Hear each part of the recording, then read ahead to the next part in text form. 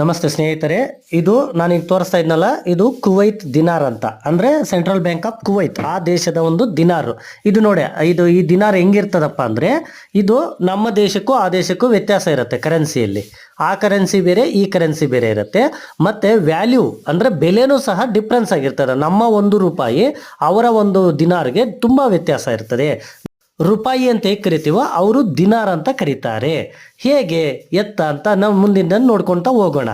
ಮತ್ತೆ ಈ ಕುವೈತ್ ದಿನಾರ್ ಅನ್ನೋದು ನಮ್ಮ ನಾಣ್ಯಕ್ಕಿಂತ ಹೆಚ್ಚು ಬೆಲೆ ಇದೆ. ನಮ್ಮ ನಾಣ್ಯಕ್ಕೆ ಕಡಿಮೆ ಬೆಲೆ ಇದೆ, ನಮ್ಮ 1 ರೂಪಾಯಿಗೆ ಕಡಿಮೆ ಬೆಲೆ ಇದೆ. ಆದರೆ ಕುವೈತ್ ದಿನಾರ್ಗೆ ಜಾಸ್ತಿ ಬೆಲೆ ಇದೆ. ನಾವು 1 ರೂಪಾಯಿ ಸಂಪಾದನೆ ಮಾಡಿದರೆ ಅವರು ಎಷ್ಟು ರೂಪಾಯಿ ಸಂಪಾದನೆ ಮಾಡ್ತಾರೆ ಅಂದರೆ 282 ರೂಪಾಯಿ, 282 ರೂಪಾಯಿ ಸಂಪಾದನೆ ಮಾಡ್ತಾರೆ. ಅಂದರೆ ನಮ್ಮ 1 ರೂಪಾಯಿ ಅವರಲ್ಲಿ 282 ರೂಪಾಯಿ. ಅಂದರೆ ನಮ್ಮದು ನೋಡಿ ಎಷ್ಟು ಕಡಿಮೆ ಇದೆ ನಮ್ಮ ಮೌಲ್ಯ, ಅವ್ರದ್ದು ಎಷ್ಟು ಮೌಲ್ಯ. ಇದು ನೋಡಿ ಮುಕ್ಕಾಲು ದಿನಾರು, ಇದು ಅಂದರೆ ಮುಕ್ಕಾಲು ದಿನಾರು ಅಂದರೆ ನಮ್ಮ ಅವ್ರದ್ರಲ್ಲಿ.